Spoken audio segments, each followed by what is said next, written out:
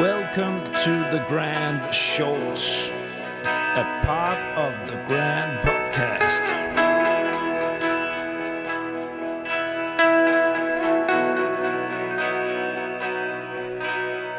The Grand.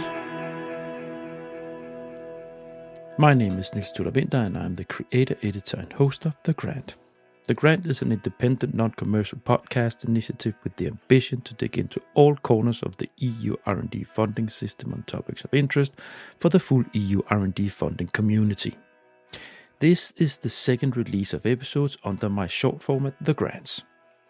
And this is the third out of the 3 episodes where I zoom in on my second job within this sector, funding consultant at the Alliance for Offshore Renewables, an initiative to secure more EU funding for the Danish offshore renewables sector, and that is offshore wind, wave energy and tidal energy.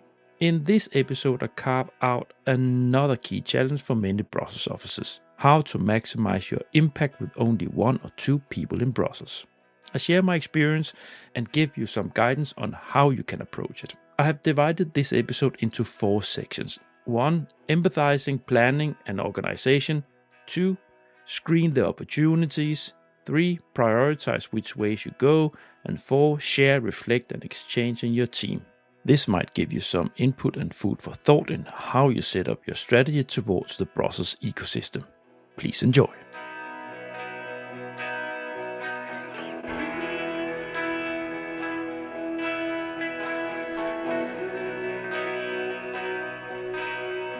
The Grand. Welcome to the Grand Shorts, the short format of the Grand Podcast. I am now, this is now the 6th episode in the short format, and it's the 3rd episode in my second batch of 3 episodes. And as you've just listened to, I have shared with you my second job in this organization that supported the offshore wind and ocean energy accessing funding. And in the second episode, you heard a conversation with Anders Brastrup from the region of South Denmark and how we dealt with the distance. Now, I've been reflecting, going back and forth, what the 3rd episode should be, because there are actually a couple of things that would be of interest for many of you, especially organizations with an office in Brussels with few resources. But there's also the lobby element, how to deal with the lobby element. But what I will do in this episode, I will look a little bit into how to deal with having not so many resources and get the most out of that, because that also includes example of how I dealt with the lobbying and how you can deal with that. Now, let's head at it. So I will divide this short episode into 4 blocks, small blocks. I will talk about planning and organizing. I will talk about how to screen.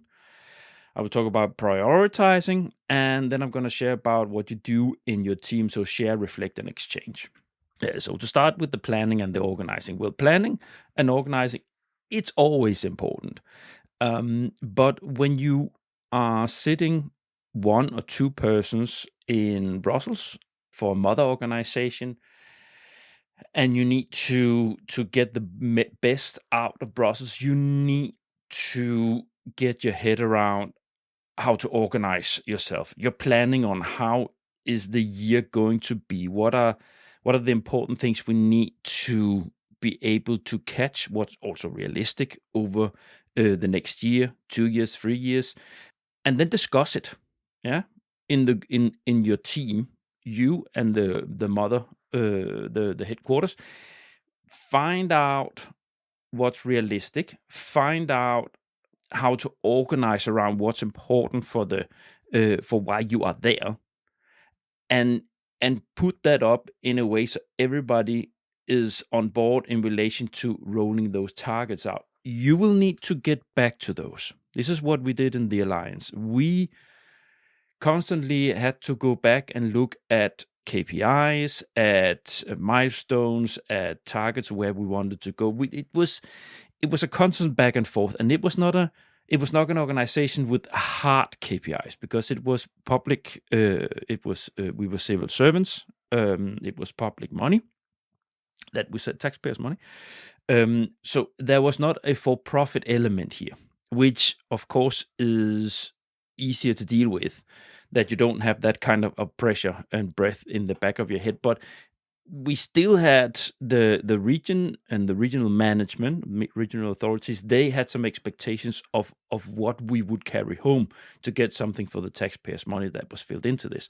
So of course we had to make sure that there was coming something out of it, which was what the planning was organized around. We need to have a certain effect. We need to get some organizations into EU proposals. We need to facilitate someone who starts to write proposals. We need to see what kind of impact. We need to have some sort of impact in the work programs, the energy work program, and so on and so forth. We need to have a website. When can that be running? We need to start up a newsletter. How often should that be?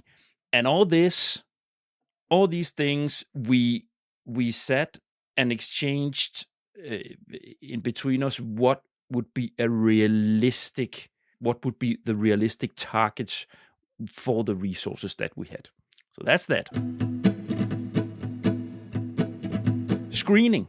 What do I mean with that? Screening is a matter of when you have planned, when you make your plan, when you have your organization, when you put that up, then you need to start to screen the different opportunities for the stakeholders you're working for. And that can be within lobby, it can be influencing, it can be the proposals that you need to identify, it can be the calls, the work program calls, topics that are important for the stakeholders you're supporting. You need to screen it. Yeah, you need to find out what is actually out there for my stakeholders, and in that screening, that doesn't necessarily take like long. This is intelligence. Yeah, so you need to be a little stubborn. You sit in front of the computer. You might also reach out to people by email or calling, finding out what is it. As for calls, read the work programs. Identify the work programs, and then you use search words. Don't read everything. Don't read the whole work programs for your stakeholders. Use keywords, search words in the PDF documents to find them. You can also Google it. I used that a lot, especially in the end when I was doing this. Just Googling work program, the energy work program, this topic or this with a few keywords. It's of course better to go through the PDF because they have the full document, so sure you get it. But the idea is you make it as easy as possible for yourself. So go through. I think I was also mentioning this in my timeline series on when you work through the work programs. First, you go through the table of contents. What is relevant? What are the spheres here that is relevant to call areas that are relevant for my stakeholders? And then you go down to call level and you use the search words to identify, okay, here and here and here. That's an important call. And then this screening work, then you get a sort of an idea what is there for the stakeholders. Then you have the proposals on the preparation, if you have that work, to find and identify proposals that you can put stakeholders into or facilitate stakeholders into. And that's, of course, a little bit more tricky because that's not a document that you can find on the European Commission's website. This is a matter of finding networks. It's a matter of finding which organizations would probably approach a call like this. And the way to do this, that screening process, you go and you find former running projects or former projects, you find them on the Cordis database, and you go through and see which organizations are continuously doing something within this. That's your starting point. You find that group of organizations and you contact them and find out, are you also doing something with this call coming up? Should we do something? And then you would also have a group of other organizations, and some of them might have done this once in a project, but it doesn't matter. Because if you can see that the organization resonate with what your stakeholders want to do, then you can also reach out to them and get an idea if they want to do something or if they're already doing. Because that's the main thing, the most easy way to get a result. Now we're talking about the resources, as is important in this podcast episode. To use your resources best, the best way to get a result in relation to facilitating stakeholders into getting funding. That is finding proposals under preparation and finding flagship consortia proposals under preparation. That's your target. That's what you want to do. And what I've just described for you, that is one of the best and most efficient ways to find someone who has done this before, a network of partners that are already running, which are most likely to get funding again because they know exactly how to write proposals up against calls within that area. You might not be able to get in, or you might not get your stakeholders in. That's, of course, if they don't need someone like you or your organizations that you support. Well, then you need to find out, are there competing consortia?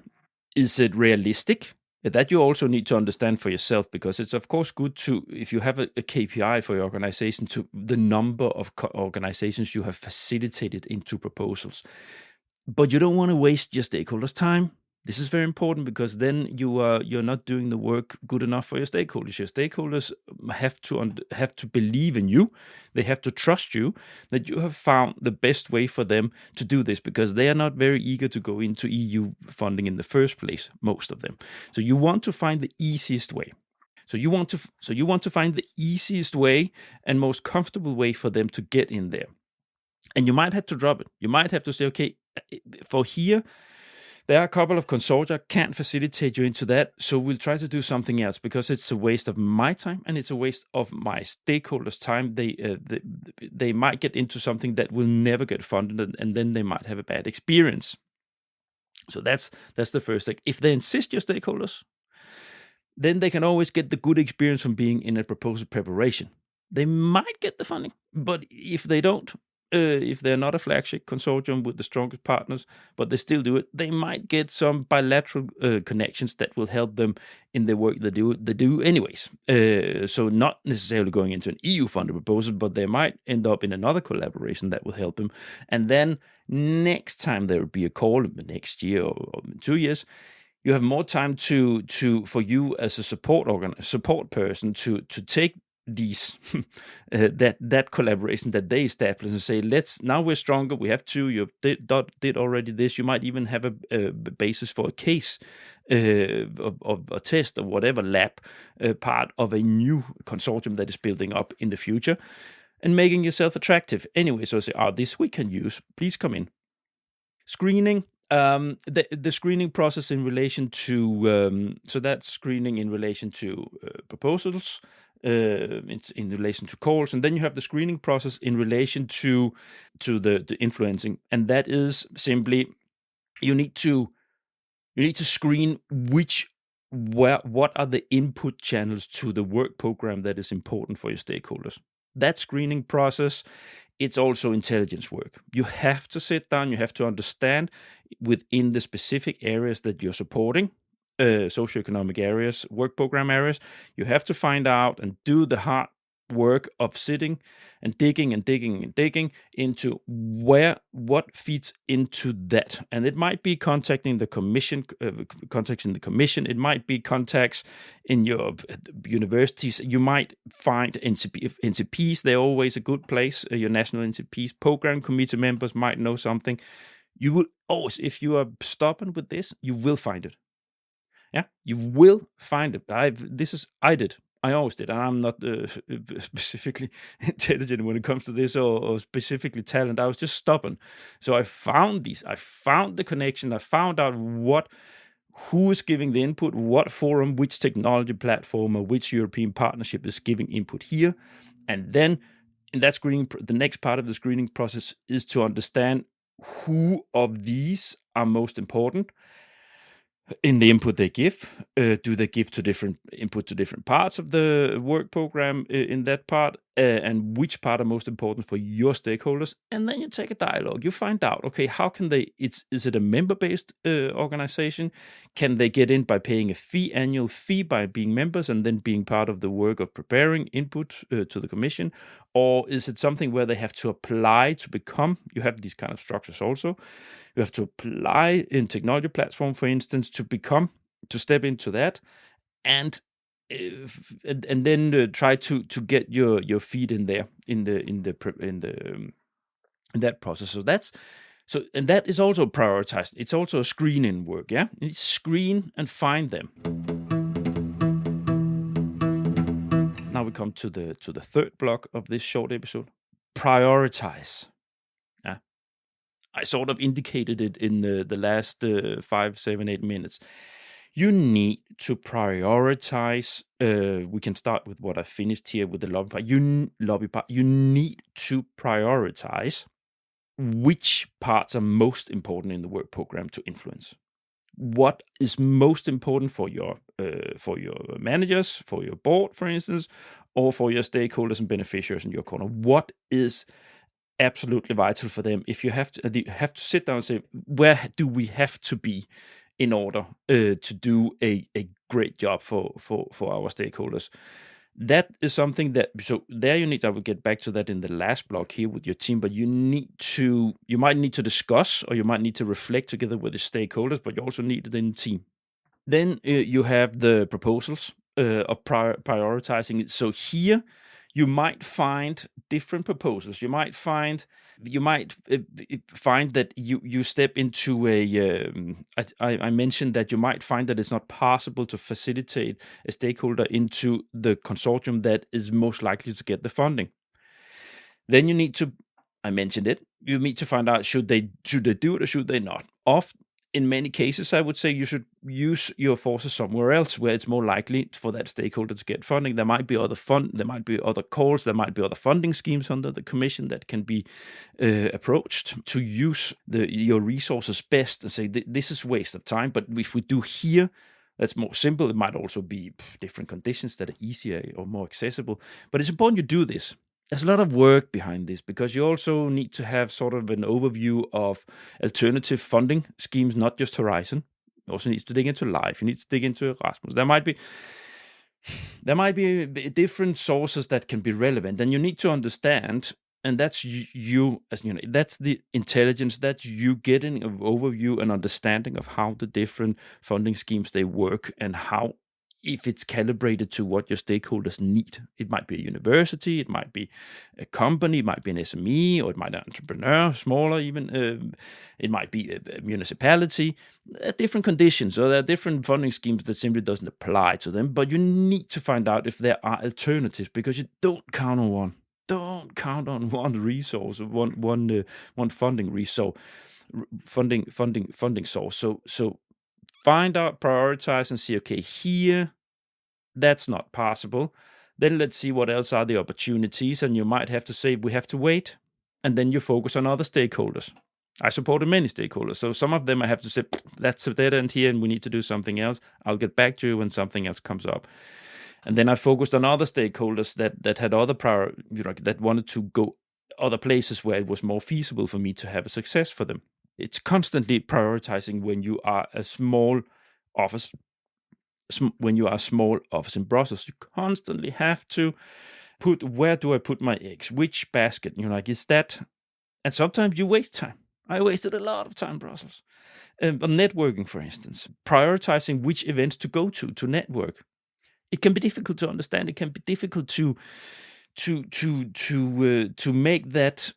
To have a good perception of where is it good, where is it more less likely to meet what my targets are, meeting the right persons, and so on and so forth. And you only that part of it in relation to, and this is of course in relation to getting proposals in. When you network, finding proposals, when you network, future proposals, that part of it, you will learn it over time. This is a matter of experience. This is a matter of knowing and understanding. Okay, this set of meetings, this set of meetings, yes. And my recommendation is always, and has been for many, many years, brokerage events, full force. Do that. That's value for money, and it doesn't even cost anything most time if you have to travel for them. But go, do them online, whatever. Take these meetings and prioritize them, because they are going to help you. Those meetings, brokerage events, they will help you a lot. The one-on-one meetings, it's pure gold when it comes to finding and first of all building a network within that sector that is relevant for your stakeholders or yourself. Second, you start building up the critical network you need in order to, so what's going on? people you can call, people you can get information out of. Are you doing something with this call? Okay, do you know someone who's doing something with this call? Very important. While I'm here, I'm still in the prioritizing element here, but I wanted to say this about the network. For the networking part, one thing is what I said about the brokerage events and the meetings and events, but it's also a matter of what kind of organizations you are communicating with. So as time passed and I started to understand how I used my resources best, I was using some efforts on identifying like multiply organizations, as I call them. So the organizations that have a member base within the field, or organizations, clusters, for instance, innovation clusters, associations, national associations, European associations, all sorts of umbrella collaborations, organizations where you can accessing one person. You approach one person, and you might talk to one person too, but then you have access to a wider network, like much more than if you have to take it one by one by one by one. Sometimes you can't avoid the one by one industry, for instance. That's often like this. You have to go. But there, for the industry, you can go to industry associations, but depends on the members. But my point is that that's a time saver to focus on organizations that give you access to more a group of organizations.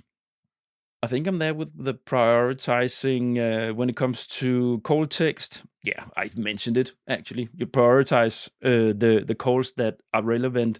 There might be a larger group of calls that are relevant for your stakeholders, but you zoom in and see what you calibrate with your network, with your home base, and see which one of them should I put all my force into. And then if something pops up for the others that are also relevant for us, it's good, but here at least we need to be, and then focus on that.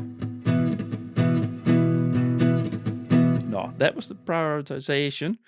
A few words about the team. So share, reflect, and exchange. I call here the last short block.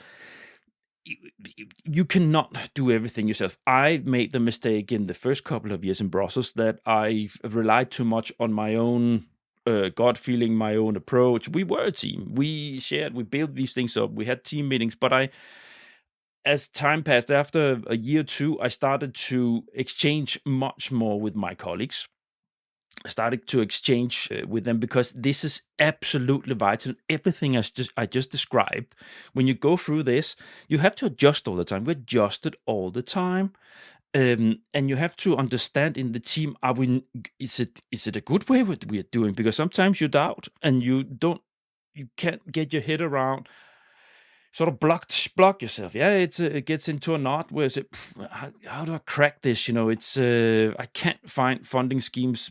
Is there another way we can do it? Should we go national funding, or should we?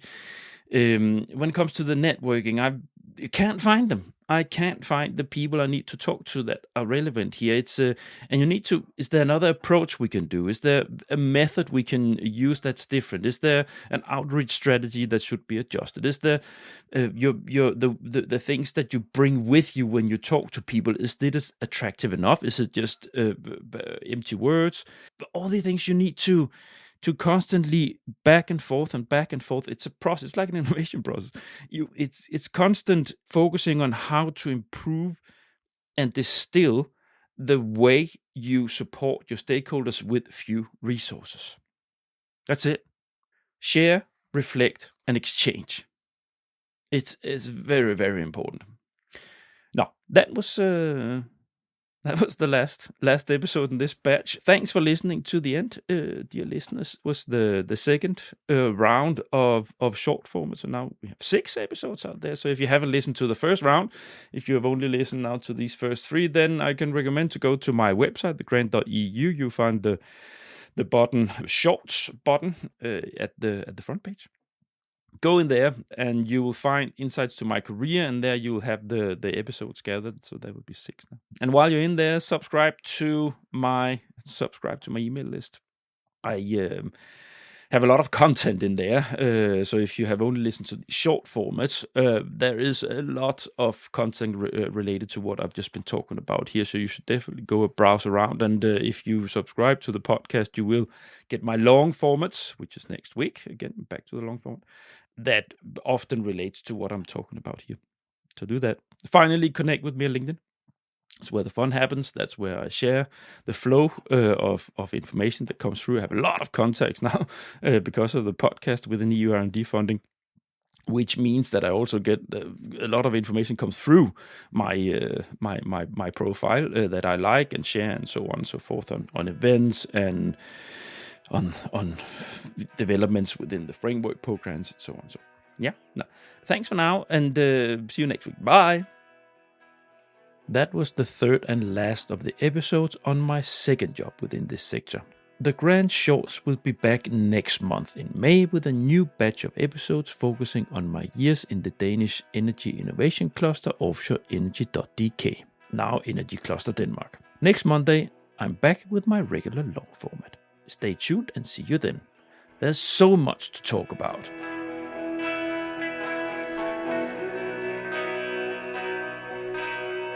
The Grand